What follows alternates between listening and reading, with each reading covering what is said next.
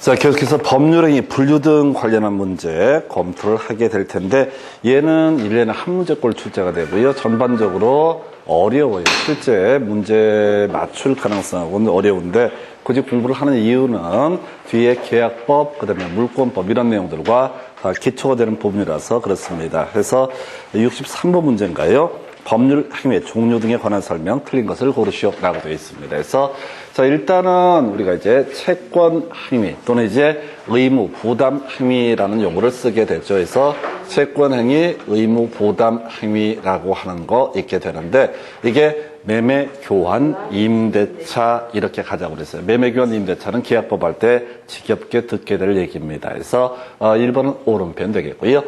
계약 해제, 상대방 없는 단독행위에서 요걸 틀리게 구성을 했었죠. 그래서 상대방 있는 단독행위에 동철, 상추, 취해 해서 해제라고 하는 것은 상대방 있는 단독행위 이렇게 해석을 하게 됩니다. 그 다음에 3번 지문 처분행위라고 하는 걸 보니까 지상권의 설정행위라고 하는 거. 자, 이거는 이제 무슨 얘기냐면 지상권이라고 하는 게 이런 식이죠. 자, 갑소유의 X 토지에 대해서 을이라는 사람이 지상권을 취득을 하고자 한다. 그러면 이제 X 토지에다가 지상권 설정 등기라고 하는 것을 해야지 지상권을 취득을 하게 될 것인데, 처분행위와 의무부담행위, 처분행위와 채권행위의 차이점이라는 것은 자신에게 정당한 권원이 있을 때만 유효한 것이 처분행위. 그래서 소유권 이전이라고 하는 것이 애초에 매도인에게 소유권을 가지고 있을 때만 소유권 이전할 수 있듯이, 지상권 설정도 갑이 이 토지에 관한 소유권을 가지고 있을 때 그때 지상권을 설정해 줄 수가 있다. 이런 취지가 되겠습니다. 그래서 채권행위와 물권행위, 채권행위와 처분행위 또는 의무부담행위와 채권행위. 여기서 채권행위, 의무부담행위는 같은 말이고요. 처분행위와 물권행위는 또 같은 말이 될 텐데, 자신에게 정당한 처분 권한이 있을 때 이때 인정된 유효한 것이 처분행위라는 개념. 그 다음에 이제 유상, 매매교환, 임대차는 유상행위고요. 그 다음에 증여는 무상행위가 되게 된다. 해서 일단은 주된 이슈가 되는 것이 상대방 있는 단독행위, 그리고 계약 비교하는 거. 합의해제는 계약의 일종이 될 것이고, 상대방 있는 단독행위에 동철, 상추, 취해라고 하는 거. 이런 것들이 있게 됩니다. 해서 그 정도 답은 2번으로 구성을 해놓은 사례가 되겠습니다. 그래서 하여튼 이렇게 보셨고, 그 다음 문제 확인을 해보도록 하겠습니다. 자, 준법률 행위인 것은 환장하는 문제가 나왔어요. 그럼 이제 잘 찍어보셔야 돼. 여러분은 준법률 행위를 배운 적이 전혀 없습니다. 근데 지문을 보면서 감을 찍어야 돼. 실력으로 보려고 하지 말고 지문 보면서 보니까 1번 동의라고 하는 거 나와 있죠? 동의 나와 있죠?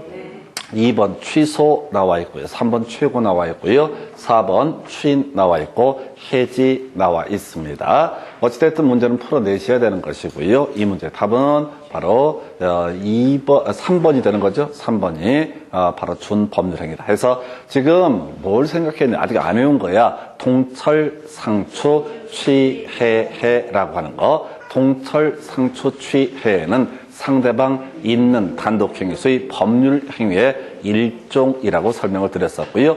뜬금없이 이 문제에서는 바로 준법률행위를 고르시오, 이런 문제가 출제가 됐단 말이에요. 그래서 결국은 포인트가 동철, 상추, 취해, 요걸 외우고 있으면은 찍어낼 수가 있다고. 그래서 이거는 이제 법률 행위와 준법률 행위를 비교해서 설명을 드리긴 할 텐데 별 의미는 없어요.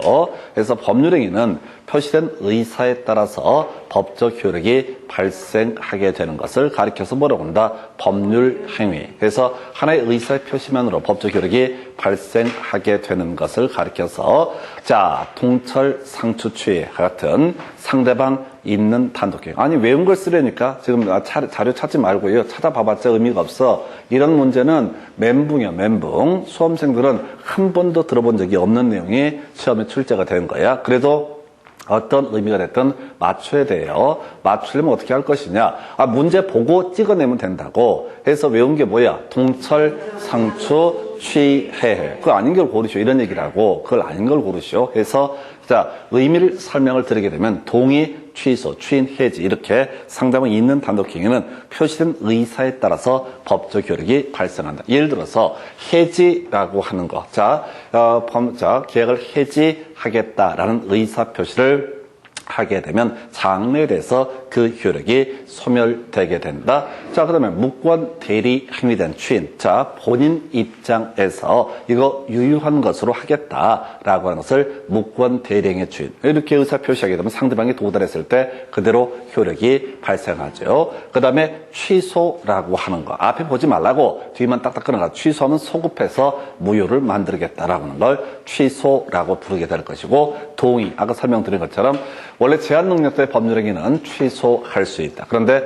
만약에 동의를 미리 받아서 법률 행위를 하게 되면 이때는 취소권이 제한되는데 우리 시험 문제는 나오지 않는 주제. 그래서 이 문제는 준 법률 행위는 공부한 적도 없고 알 수도 없어요. 준 법률 행위의 의미는 민법 규정에 따라서 법적 효력이 발생하게 되는 것을 바로 뭐라고 부른다? 준법률 행위라고 부른다. 이런 거 쓰지 말라니까 아무 의미가 없어. 있는 거나 주주를 외우세요. 계속해서 동철, 상추, 취해. 이것만 가지고 문제를 풀어내는 게 능사지. 아, 요건 요런 것이고 저건 저런 것이고 이런 식으로 해설을 하려고 하시면 안 돼요. 그냥 계속 답 찍어내는 훈련을 하셔야 돼요. 동철, 상추, 취해. 이건 법률 행위의 일종이 되게 된다. 그리고 나서 최고가 외에도 너무 많아. 준법률 행위 종류는 이루 셀 수 없을 만큼 많기 때문에 그걸 다 외우는 건 불가능에 가깝습니다. 그래서 이 문제 답은요 3번 해서 준법률 행위인 것은 몰라. 그럼 밑에 지문을 쓱 봐. 자세히 보지 마. 뒤만 딱딱딱 끊어서 보게 되면 루틴이 발견된다고. 동철, 상추, 취해.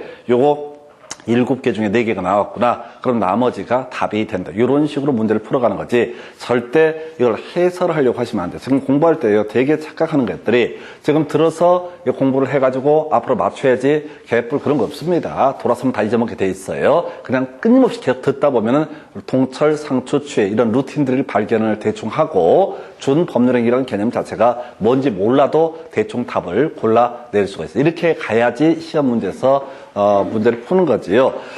그리고 이제 이 과정들이 반복이 되다 보면은, 이제 체계가 잡혀요. 대충 체계가 잡히는 거지. 한 번에 되지 않습니다. 앞으로 이거 3번, 4번, 5번, 6번 할 주제를 가고 있는 거예요. 한 번에 절대 정리 못 됩니다. 그 정도고요. 그 다음 문제 보게 되면은, 자, 지금 다음 중 서로 잘못 짝지어진 것은 해서, 1번 저당권의 설정, 이전적 승계라고 해서 요건 확실히 틀렸죠? 해서 승계 취득이라고 하는 것은 자, 구권리자의 권리를 전제로 해서 새로운 사람이 권리를 취득하는 것이다. 승계 취득은 온전하게 통째로 권리가 넘어가는 형태를 가리켜서 이전적 승계라고 불렀었고요. 이에 대응해서 설정적 승계라고 하는 것이 있죠. 설정적 승계라고 하는 것은 구권리자의 권리 중에 일부를 떼내서 권리를 취득하게 되는 것을 가리켜서 설정적 승계. 아까 예시했던 게 지상권의 설정,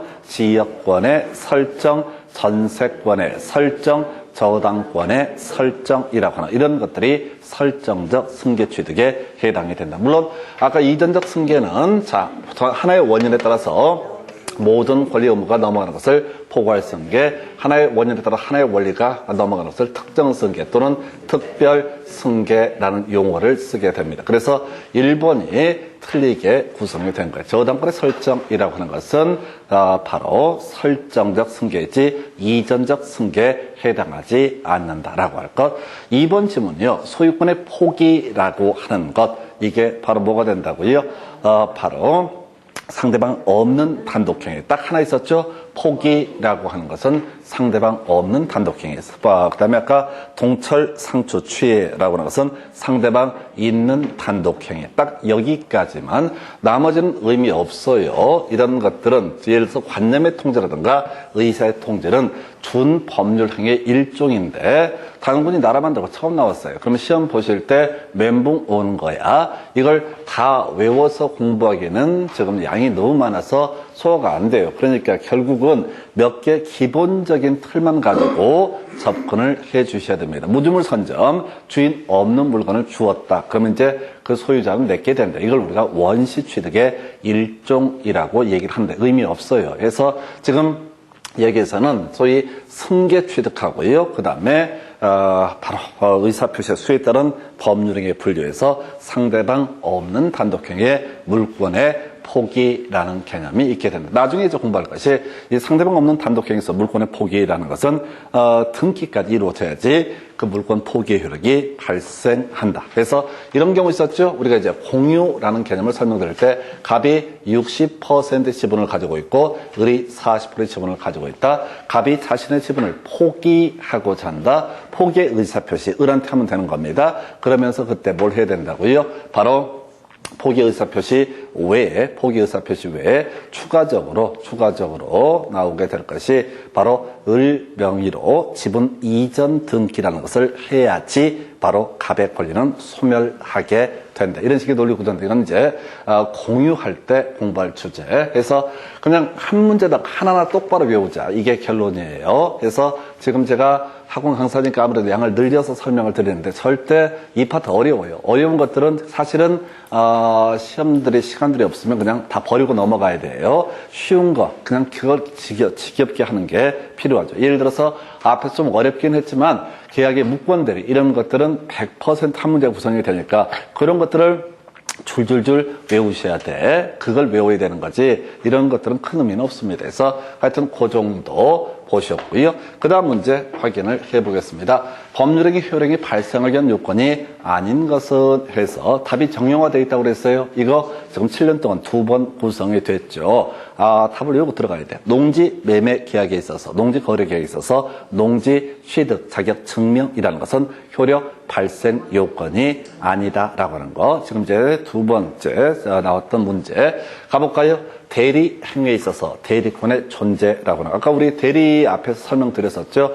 대리 행위가 유효하게 되면은 결국은 본인에게 법적 효력이 귀속되는 것을 대리 행위라고 부른다. 그래서 이런 식의 얘기했었죠. 갑이 X 부동산을 소유하고 있는데 대리인 을을 선임해서 야 이걸 네가 좀 팔아다오 라고 했을 때 을이 병을 만나서 갑의 대리인 을이라고 표시하고 매도인 날이다. 매수인 날에 병이라고 표시해서 계약이 성립하게 되면 이때 갑과 병 사이에 일정한 법률 관계가 성립하게 된다. 갑은 누구에 대해서 병에 대해서 소유권 이전 등기해줄 의무를 지고 병은 갑에 대해서 대금 지급 의무가 발생한다. 이걸 우리가 대리 행위라고 부르게 되는데 대리 행위가 있기 위해서 유효하기 위해서는 이 대리인이라는 사람에게 대리권이라는 것이 존재해야만이 갑이 일정한 책임을 지게 된다. 그래서 앞서 공부할 때 만약에 무권 대리인 을이 대리권을 가지고 있지 않다. 그러면 본인 갑은 기본적으로 법적 책임을 지지 않는다. 다만 이때 추인할 수도 있고 추인 거절을 할 수도 있었던 것이고 그 추인의 추인 거절의 의사표시는 종국적으로 누구한테 병이라는 사람에게 도달해야지 어떻다 이 효력이 발생한다. 이런 식의 논리고죠. 정지조건부 법률행위에서 조건의 성취라고 하는 거 앞에서 공부했던 거죠. 그래서 조건부 법률행위 두 가지죠. 법률행위 효력 발생을 장래 불확실한 사실에 의존케 하는 것을 정지조건부 법률행위. 자, 법률행위 효력 소멸이라고 하는 것을 장래 불확실한 사실에 의존케 하는 것을 해제 조건부 법률 행위 이런 식으로 논의가 됐었죠. 그래서 결국은 이제 소유권 유보부 동산 매매 계약이 지문에 간간히 구성이 됐는데 자 할부금 전체를 다 내게 되면은 소유권 자체를 얻어다 넘겨주겠다라고 하는 것을 소유권 유보부 동산 매매 계약. 그래서 소유권이 취득하기 위해서는 결과적으로 할부금을 전체를 내야 된다. 이런 논리 구조가 되겠고요. 그래서 조건의 성취가 있으면 어떻다? 이때 원칙적으로 장래요. 그 다음에 예외적으로 소급표라고 하는 거 있었고요. 그 다음에 이제 답은 3번 아까 설명드렸던 내용이고 그 다음에 법률행위 내용의 적법성이라고 해서 이게 이제 민법 103조, 민법 104조 등에 위반되게 되면 이것은 뭐가 된다? 무효인 법률행위가 되게 된다라고 할 것. 이런 얘기를 이렇게 표현을 하고 있고요. 5번 허가구역 안에서 토지 매매 계약, 토지 거래 계약 관련해서 허가 있어야 된다. 허가 없으면 어떻다? 유동적 무효. 허가 없는 상태에서 유동적 무효. 기억하셔야 돼요. 그래서 이렇게 지금 보시다시피 위치들은 조금씩 달라지긴 하지만 시험에 답이 되거나 지문에 구성되는 게 거의 대부분이 유용화되어 있고요. 아까 문제 중에서 가끔 이상한 지문들이 구성이 되면 그다 버려야 돼요. 그냥 기본 몇 개만 외워서 끝장을 보셔야 됩니다. 그래서 답은요 3번으로 구성을 했고요. 그 다음 문제 살펴보겠습니다.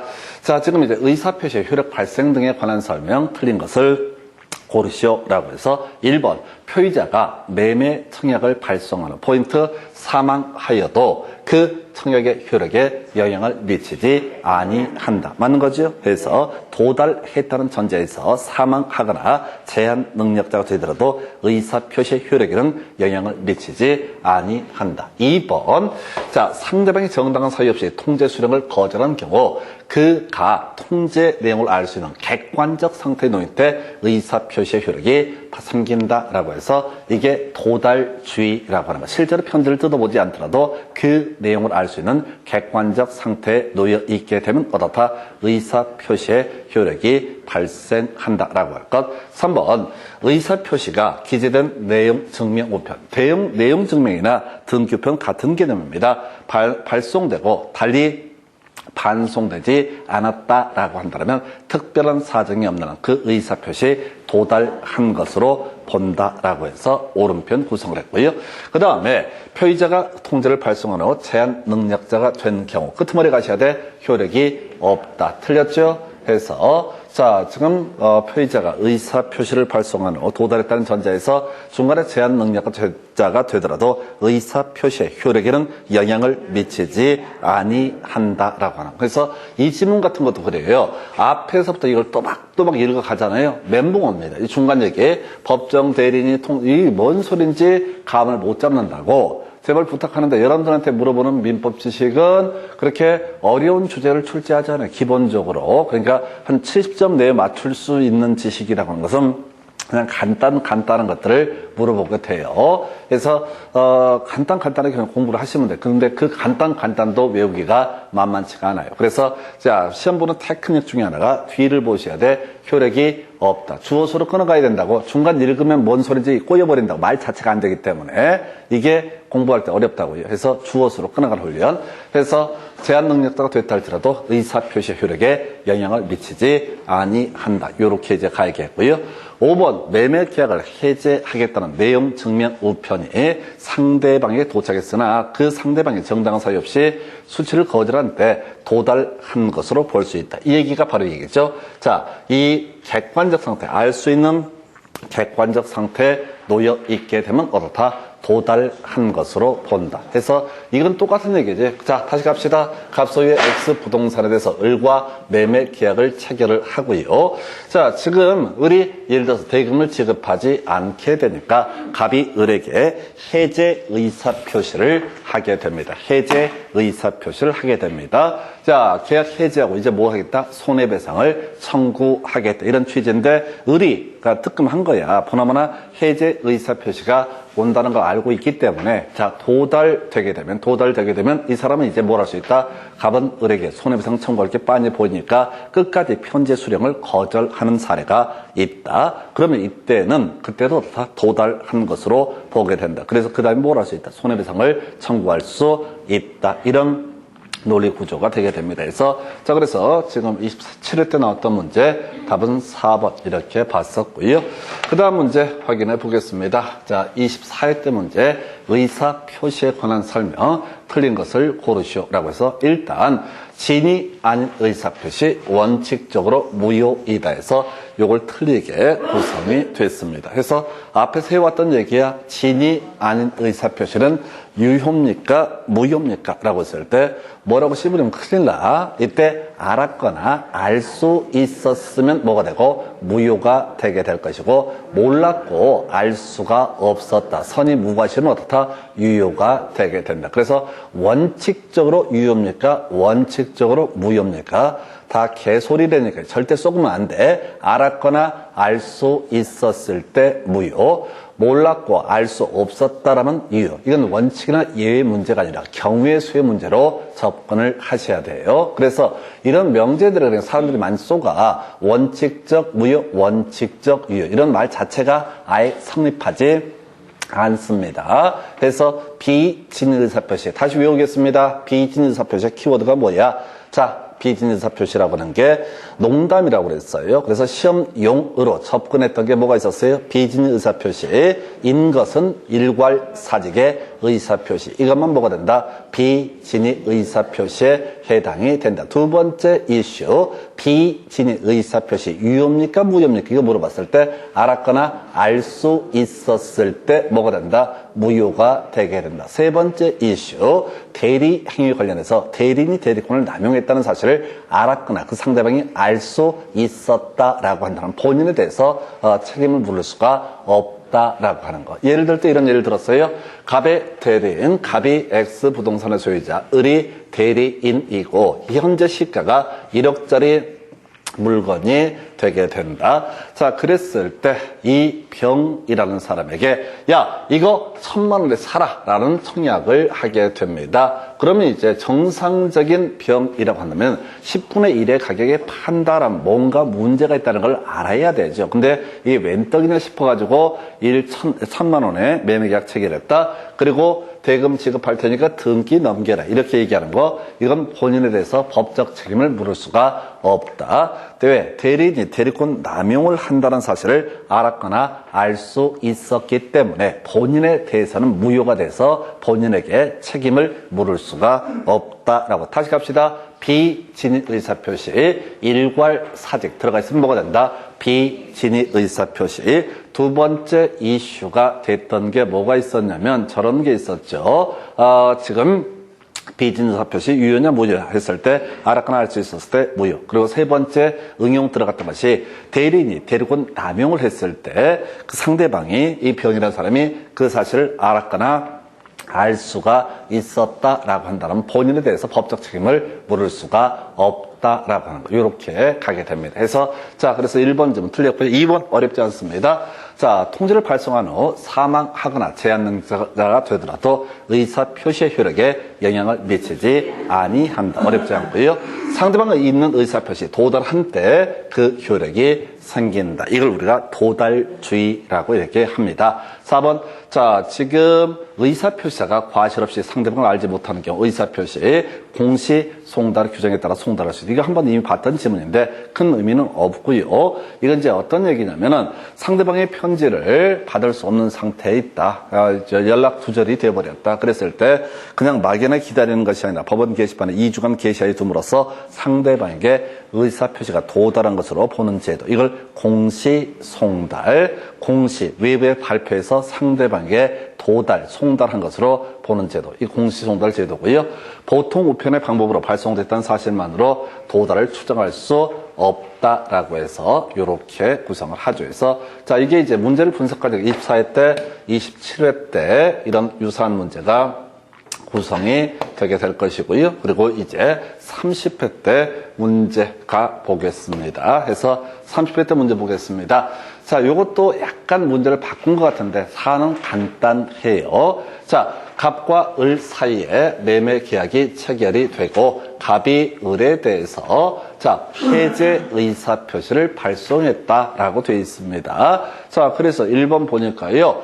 갑이 사망하면 효력을 잃는다. 의사표시 틀리게 뽑았죠. 갑이 사망하더라도 제한 능력자가 되더라도 갑의 의사표시에 효력에는 영향을 미치지 아니한다. 2번 을이 갑의 해제 의사표시를 실제로 알아야지 계약 해제 효력이 발생한다. 실제로 아는 게 아니라 알 수 있는 객관적 상태에 놓여 있게 되면 어떻다? 이때 해제 의사표시 효력이 발생한다. 3번 갑은 내용 증명 강우편이 을에게 도달된 후 일방적으로 의사표시를 자 해제 의사표시 처리할 수 있다. 틀렸죠? 도달하게 되면 이미 도달하게 되면 뭐라고요? 이미 효력이 발생하기 때문에 이때는 어떻다?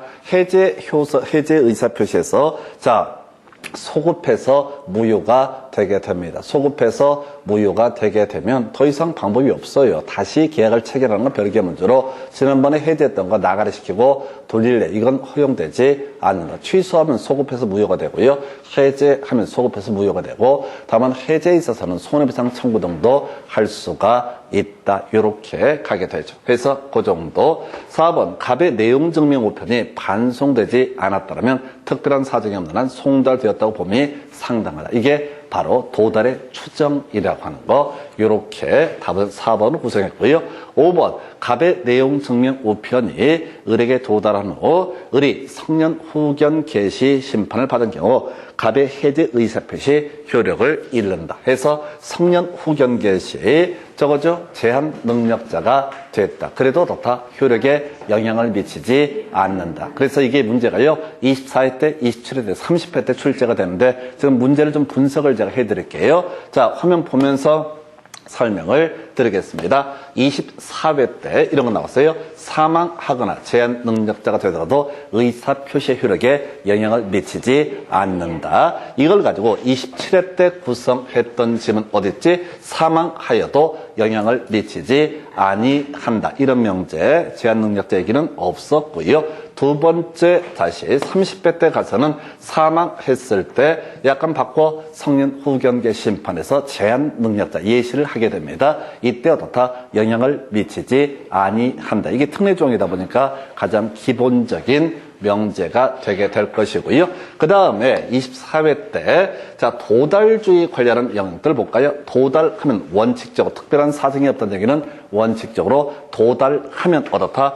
그 효력이 생긴다라고 했었죠. 그때 지금 도달했을 때 효력이 발생한다. 관련한 개념으로서 또 하나 도달했을 때 효력이 발생한다. 27회 때 문제부터 다시 확인을 해보게 되면은 도달했을 때 요거 나와 있구나. 2번 도달의 의미 상대방이 알 수 있는 객관적 상태에 놓여 있는 것을 뭐라고 한다? 도달이라고 부르죠. 2번 지문에 나왔었고 그 다음에 5번 지문 해제 의사표시가 상대방이 도달되는데 상대방이 수치를 거절했다라고 할지라도 당연히 도달케 알 수 있는 객관적 상태에 놓여 있으니까 도달한 것으로 보게 된다라고 하는 거 이런 게 있었고요. 그 다음에 지금 또 하나 문제 삼아야 되는 것 중에 하나가 24회 때 자 도달의 추정이라는 개념이 나오게 되죠. 보통 우편 방법으로는 다 도달의 추정이 되지 않는다. 그러나 내용 증명 그 다음에 일반 등기 우편 등에 있어서는 어떻다? 도달이 추정된다 해서 내용 증명 어떻다? 도달된 것으로 본다라고 하는 거 이런 것들 나오게 되죠. 그런 게 하나 답이 됐었고 자 30회 때 문제에서도 도달의 추정 요걸 갖고 뽑았구나. 내용 증명 우편이 자 반송되지 않았다면 도 송달되었다고 보면 상당하다. 이런 식으로 비슷비슷하게 다 구성을 하게 됩니다. 24회 때 공시송달이 하나 구성이 됐었죠. 이거 공시송달이라는 쟁점 하나 구성이 됐고 아까 27회 때인가 나왔던 지문 중에 어디 있어? 공시송달 어디 이게 없나? 30회 때 나왔었나? 30회 때 지문을 보면은 자 공시송달 요거 하나밖에 없나 보고 있구나. 놓쳤어요. 그래서 자, 이런 식으로 해서 지금 문제를 보게 되면은 사례를 조금씩 변형을 하고는 있지만 본질적으로는 바뀌지 않아요. 이거는 지금 이런 문제를 풀어갈 때 결국 기본 골격 자체가 뭐가 돼야 되냐면 이 단순 무식한 얘기들이 계속 반복에 대해서 그냥 좀 숙달이 되는 거 그 방법밖에 없습니다. 잠시 끊었다가 다음 주제 설명을 드리겠습니다.